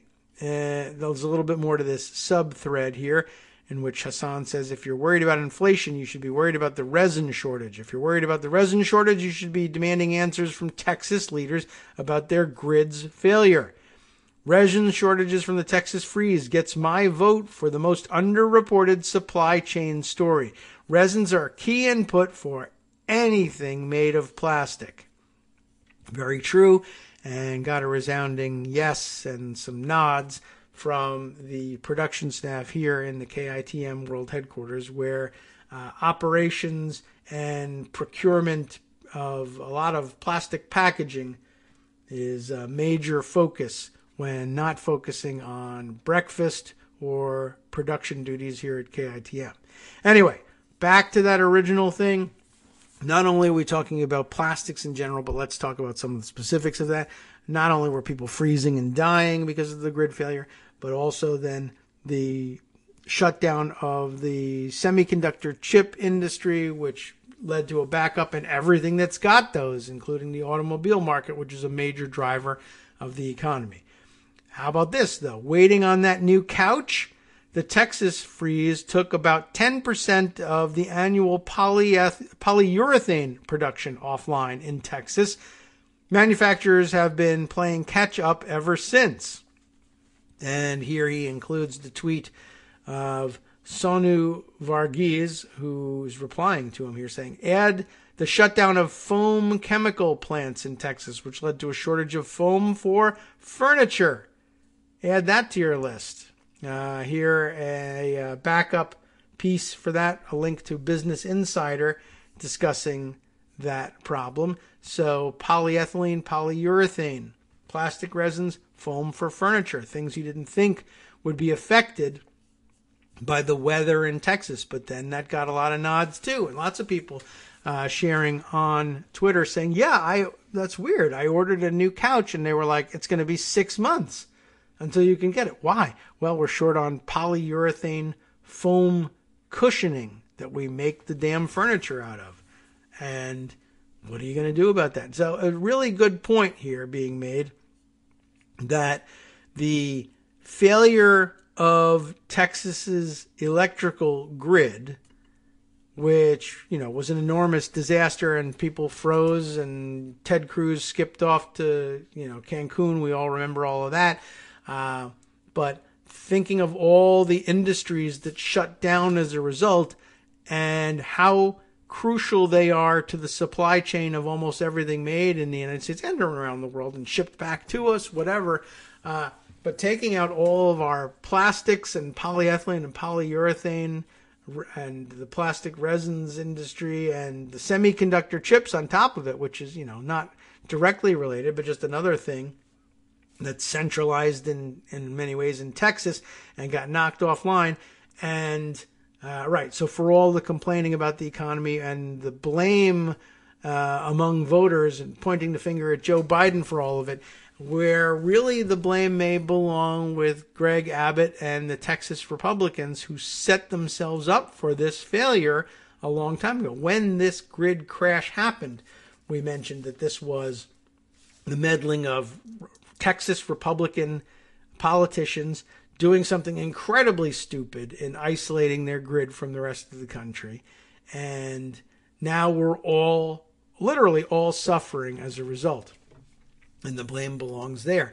And let's see if that helps set up. I didn't listen to what Beto O'Rourke had to say just yet, so let's see if that rings true. What he has to say rings true, given what we were just discussing with Hassan Khan here. Can I play this clip? Let's see. I'm hearing from people in San Antonio about their concern regarding the electricity grid. In fact, I was here during Winter Storm Uri, going door to door with other volunteers in the community, seeing if people needed water or transportation or needed to get someplace that was warm. Here we are in the energy capital of North America, and we can't even guarantee that the lights will work, or the heat will run, or that our pipes won't freeze. It's cost this state tens of billions of dollars already, and you and I and every other ratepayer in this state will be paying a surcharge on our electricity bill and on our gas bill for the next decade, for the next 10 years. That is the Abbott tax that everybody in San Antonio and the state of Texas is going to be paying because of his... I'm here. That's pretty good. And that only refers to part of it. And I think he could probably refine the messaging a little bit. And it doesn't look like anything's lighting up on the faces of the people he's speaking to here, but it's true. And that's just the surcharge on energy that you'll be paying in Texas as a result. And as Hassan pointed out, over the next 30 years, paying higher prices for natural gas. But there's really an Abbott tax. The Abbott tax went beyond the borders of Texas, and we ought to be talking about that as well, and mentioning that Greg Abbott, who isn't even my governor, has been taxing us, I guess, it's not going into his pocket, but then, neither is the energy tax down there either. It's going to the pockets of his friends, who can then donate it to him to run for other office, I suppose. But we're all paying higher prices for everything and waiting longer for everything as a result of Greg Abbott and his predecessors in office, who set Texas up for this enormous failure. And you shouldn't be shy in pointing that out and telling people. That's all I got to say about it. That's all I had to say about that. But it's really true.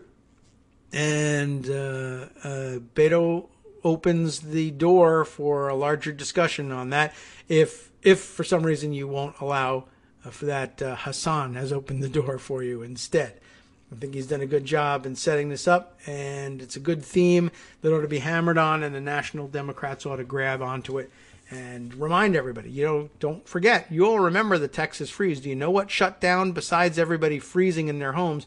All these factories shut down, and now all of these factories having shut down is still affecting you. You're paying higher prices, waiting longer. If your complaint is about inflation, if your complaint is about empty shelves, if it's about long lead times for getting orders fulfilled, about 25% of that is directly attributable, if not more, depending on the industry you're talking about, directly attributable to the Texas freeze and Texas's inability to stay open during cold weather. And by the way, things aren't much better there now. So keep that in mind. Texas is going to screw you up for a long time to come. Anyway, I thought I would share all of that with you. I think that's a good weekend piece and something to think about. Let's see. Other items up for consideration. I believe, did we share this on the air? I think that we did. The Twitter thread from Rachel McKibbins, who tweeted at the end of October, and I'm not sure when we shared it, about her dad having died of COVID and her having been so upset over it for a number of reasons, not the least of which being that her brother apparently was a bit of a COVID truther and was much closer physically to Dad's location and was able to influence him, exercise some influence over him, and turn him into a COVID truther too. And that essentially it eventually killed the dad. She was, of course, grieving about that, but livid with her brother as well. But you might remember that there was this really heartfelt Twitter thread, expressing her rage over all of this and her fury, as she says, my fury over her dad's refusal of the vaccine, hammered by a sorrow drawn thicker by this fact: my brother did not take him to the hospital. Blames our father's death on you vaxxed people and you're shedding. That tells you where he is in all this. Well, update, the brother has died of COVID as well, which, I don't know how she's feeling about this, but it's got to be, I imagine, some mixed feelings about that. The rest of us who have no personal connection to her or her father or brother certainly have mixed feelings about it. On the one hand, you don't really want to visit any more tragedy and sorrow on Rachel McKibbins, but at the same time, you're probably thinking, because you don't have to deal with the personal ramifications, good, serves him right. So anyway, she shares her own thoughts about it in this Twitter thread from November 11th. My brother died of COVID on Monday. I've learned he left the hospital early against doctors' recommendations. He never told me that part. He let me think he was getting better. For 9 days. For 9 days, I did what I could to help him. In the end, he died alone. I'm on another planet now, she writes. I keep reaching for comfort in unlikely places. My brother believed COVID doesn't exist. He thought it was all a plot by doctors to get kickbacks from Big Pharma. He and my cousin managed to convince my dad of this too. The following texts are from their final days, and she displays a screenshot of her phone displaying their texts back and forth, saying things like, definitely not well yet, a fever that keeps springing back to 103, agitating dry cough, and the squirts again. Yum. My dad has the same cough, only 100 temperature, and is shallow breathing pretty fast. I'm thinking the fever keeps coming back because it might be a bacterial thing. Ooh, really? You think so? It might also be a viral thing. Anyway, they are, doing everything that they can between the brother and the cousin to avoid acknowledging the truth of what's going on here. These first 3 texts, she says, are from October 3rd. My dad and brother had persistent coughs and fever and reached out to our cousin, a nutritionist. That's exactly where you should go, a nutritionist, who encouraged their anti-vax beliefs. After attending a family member's funeral, my brother was certain they got infected by all the vaccinated family members. That's what made them sick. Our cousin mentioned his wife had a heavier period than normal, and they believed it was from her working around vaxxed people because of how smart they are. And now, after 16 more days of these symptoms, the cousin sends this, not trying to scare you, but keep an eye on your dad. You think? Then he sends them links from Dr. TikTok. You should go and take a look at these things. On October 21st, 1 day before our dad succumbs to COVID, the exchange is he's struggling right now getting to sleep because that itchy urge to cough keeps disrupting everything. Like, why the F does it only happen when he's horizontal? I'm going to try right now, too, trying to get to sleep. F, that definitely sounds like pneumonia. I hope not, says the cousin. Sounds like COVID, guys. Anyway, eventually, it's pretty clear that Dad's on his way out, and all the cousin has to say is basically, oh no, oh shit. Not supposed to say that word, but oh shit. You know that one. Have him lie down on his belly instead of trying to lie down on his back. That'll cure him. Sure. Thanks, nutritionist. Anyway, I don't know what to tell you. Everyone expresses their sympathy. There's nothing else you can do in a situation like that. But I guess by way of follow-up, I thought it was important to let you know the brother had succumbed as well. Anyway, let's see. Some other things to follow up on. Just to fill out the last few minutes of the show. Gosh, there's an awful lot. You know what? I want to go over to this one, even though I probably won't be able to finish getting through it. And then I want to recommend to you what Dave R. had sent along for us to consider over the weekend as well. But let me share this from Charles Gaba, who had sent this to me directly. He knew I'd be interested in this. His latest work on the virus and how its impact has been felt unequally of late among red and blue communities. I think we know about this generally, but his latest piece, Red Shift, How Trump's Attempt to Let COVID-19 Destroy Blue America Reversed Itself, and with an animated GIF, I guess, that he includes here too, of bar graphs of the different regions of the country and how red or blue they are and how much virus has been in there. But you'll see it happen right before your eyes. Back in July 2020, he starts, Vanity Fair reporter Catherine Eban, E-B-A-N, wrote a shocking expose which exposed the depths of callousness and cold-hearted political calculation which the Trump administration used to guide their horrific response to the COVID-19 pandemic when it reached U.S. shores, and it's quoted in here. 6 months into the pandemic, the United States continues to suffer the worst outbreak of COVID-19 in a developed world. Considerable blame belongs to a federal response that have offloaded responsibility for the crucial task of testing to the states. The irony is that after assembling the team that came up with an aggressive and ambitious national testing plan, Kushner then appears to have decided, for reasons that remain murky, to scrap its proposal. The plan crafted at the White House then set out to connect the dots. Some of those who worked on the plan were told it would be presented to President Trump and likely announced in the Rose Garden in early April.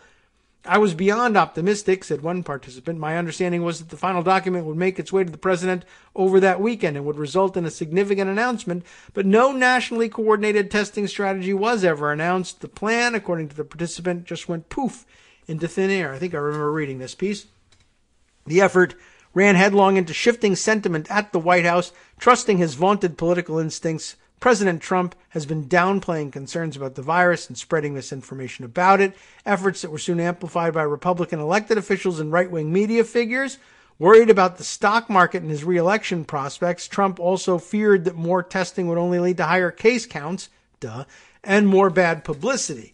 Most troubling of all, perhaps, was a sentiment the expert said a member of Kushner's team expressed, that because the virus had hit blue states hardest, the national plan was unnecessary and would not make sense politically. The political folks believed that because it was going to be relegated to Democratic states, that they could blame those governors, and that would be an effective political strategy, said the expert. In short, Charles says, as he said at the time, the Trump administration decided that more Democrats would get sick and or die from COVID-19 than Republicans, so they didn't give a rat's ass. This alone should have been enough for the entire Trump team to be charged with mass murder or at least gross negligence. And yet, here we are. A few days ago, the main thrust of Eban's July 2020 story was pretty much confirmed by internal documents and interview transcripts released by a congressional committee investigation. Here, too, some more excerpts explaining that that was in fact the case, that the investigations uncovered a staggering pattern of political interference from the Trump administration officials in critical aspects of CDC's pandemic response efforts. We did read about that earlier this week. With this in mind, the graphs below become doubly ironic on top of being tragic. Back in August, I created an animation which showed how the COVID vaccination rates of all 3,144 counties in the United States, 50 states plus D.C. anyway, increased over time, starting in early February of 2021. The most obvious takeaway from this was that for the first month or two, there was no partisan divide in the rate in which elderly Americans got vaccinated. That was pretty even across the board.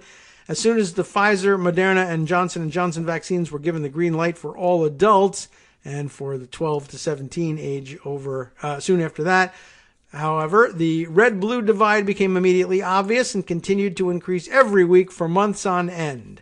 And that chart is there for your review. I was thinking about creating an updated version of this animation, which would bring it up to date through mid-November, but honestly, the animation above already tells most of the story. You'll take a look at it.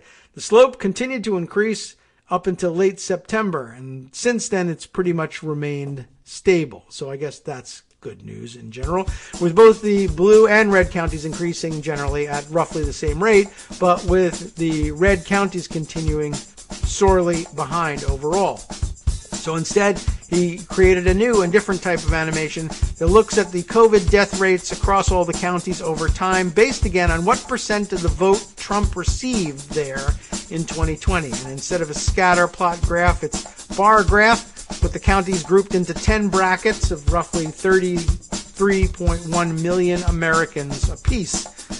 You can take a look at that, but take a look also at his explanation of all of this. It's unbelievable, and it's pretty much everything that Red America should have feared if they had any sense in their heads, which they don't.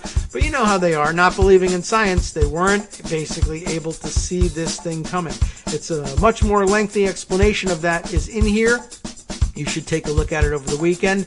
You should, of course, also look out for, I'll include the New York Magazine piece that Dave R. sent us, 2 big myths about why energy prices are rising. I thought it might be important to read for the weekend as prices continue to rise, but then I saw this morning they actually were beginning to drop ahead of the Thanksgiving travel surge. I don't know whether that's going to be a sustained thing or not, but I'll give it to you to read over the weekend and join you again on Monday. But first, now time for this announcement from and justice. networksradio.com.